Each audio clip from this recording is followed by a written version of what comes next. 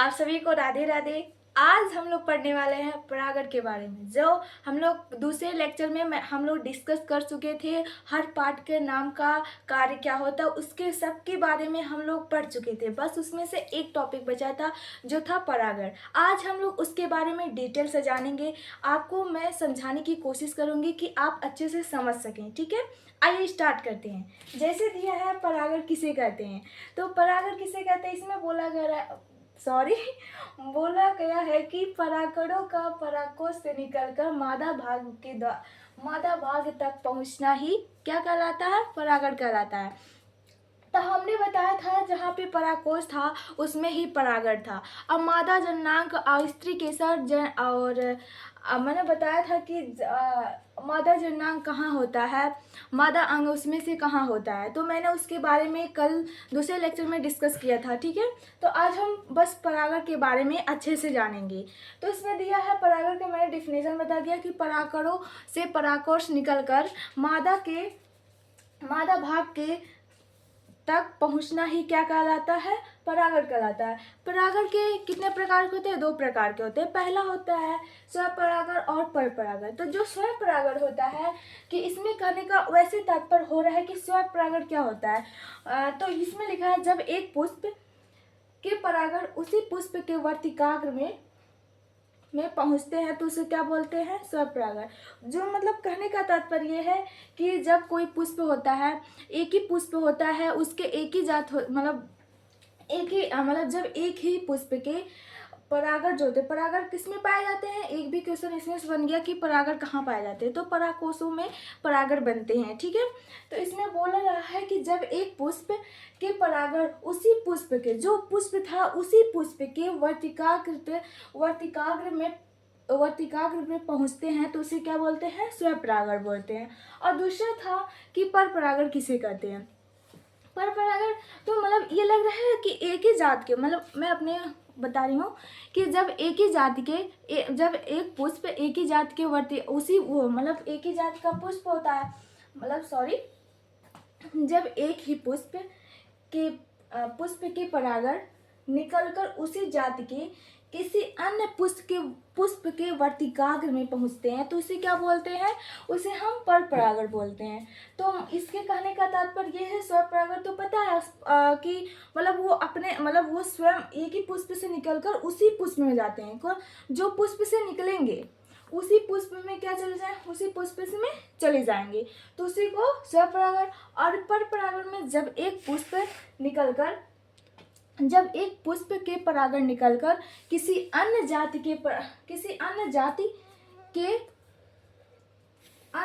के वर्तिकाग्र में पहुंचते हैं तो उसको क्या बोलते हैं, परपरागण बोलते हैं। अब जो परपरागण होता है उसके भी प्रकार होते हैं। तो जो सुपर परागण होता है तो उसके दो प्रकार होते हैं। पहला होता है जैविक साधन और अजैविक साधन। जैविक साधन में ये होता है कि जैविक साधन से भी परागण करवाया जाता है। तो जैसे होगा जैविक साधन में कीटों के द्वारा, पक्षियों के द्वारा, चमगादड़ के द्वारा, घोंघा के द्वारा होता है। तो जो कीटों के द्वारा होने वाला परागण, ठीक है, ये लिखा है किसके द्वारा, कीटों के द्वारा होने वाला परागण।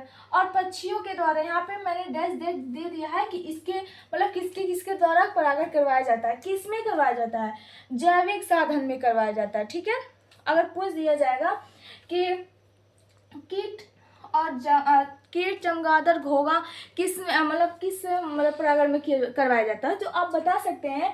जब परागण दो प्रकार के होते हैं, जैविक अजैविक। जैविक संसाधन में करवाया जाता है क्या, कीट, पक्षी, चमगादड़, घोंघा के द्वारा हम परागण करवा सकते हैं। ठीक है, और दूसरा होता है अजैविक संसाधन। अजैविक संसाधन में होता है कि वायु द्वारा, जल द्वारा में परागण करवाया जाता है। तो वायु के द्वारा परागण करवाया जाता है, जल के द्वारा परागण करवाता है। उसमें हो गया परागण के पूरे अच्छे से प्रकार। ठीक है, अब स्व परागण किसे कहते हैं। स्व परागण के भी दो पार्ट होते हैं। पहला होता है स्वयुग्मन ठीक है। क्या होता है सहयुग्मन? सहयुग्मन किसे कहते हैं? यदि एक पुष्प के परागण उसी पुष्प के वर्तिकाग्र में पहुंचते हैं तो उसे क्या बोलते हैं? सहयुग्मन। जो मैंने पहले टॉपिक इसमें पहले कवर किया है कि स्वपरागण किसे कहते हैं, एकदम सेम वही है। इसमें भी वही कहने का तात्पर्य था कि जब पुष्प परागण से निकलकर उसी पुष्प के वर्तिकाग्र में पहुंच जाते हैं तो उसे हम स्वपरागण बोलते हैं। इसमें कोई डिफरेंस नहीं है।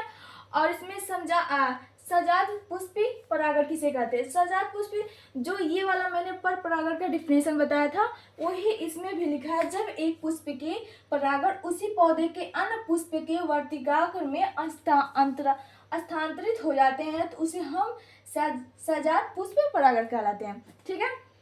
कहने का तात्पर्य यह है, बस इसमें से जो डिफरेंस है इसमें कुछ भी नहीं है। पहले पूछ दिया, अगर कहीं पे टिपिकल में आ गया चाहे वैसे पूछ दिया गया पर जैविक संसाधन कितने प्रकार के होते हैं पर परागण में, तो आप बताएंगे इतने, मतलब इतने में परागण करवाया जा सकता है। और अगर स्व परागण में कितने प्रकार से परागण करवाया जाता है? 2 प्रकार के, स्वयुग्मज और सजात पुष्प परागण करवाया जाता है। ठीक है। अब इसमें जो स्वपरागण होता है, अगर बस ये पता रहेगा तो हम पर परागण और स्वपरागण से इसका डिफरेंशियल लिख सकते हैं। ठीक है। हमको उम्मीद था कि आप लोग इस वीडियो को अच्छे से समझ पाए। हम अपनी तरफ से कोशिश किए थे कि अच्छे से समझा पाए। आप सभी को राधे राधे। अब मिलते हैं अगले वीडियो में, तब तक के लिए बाय बाय।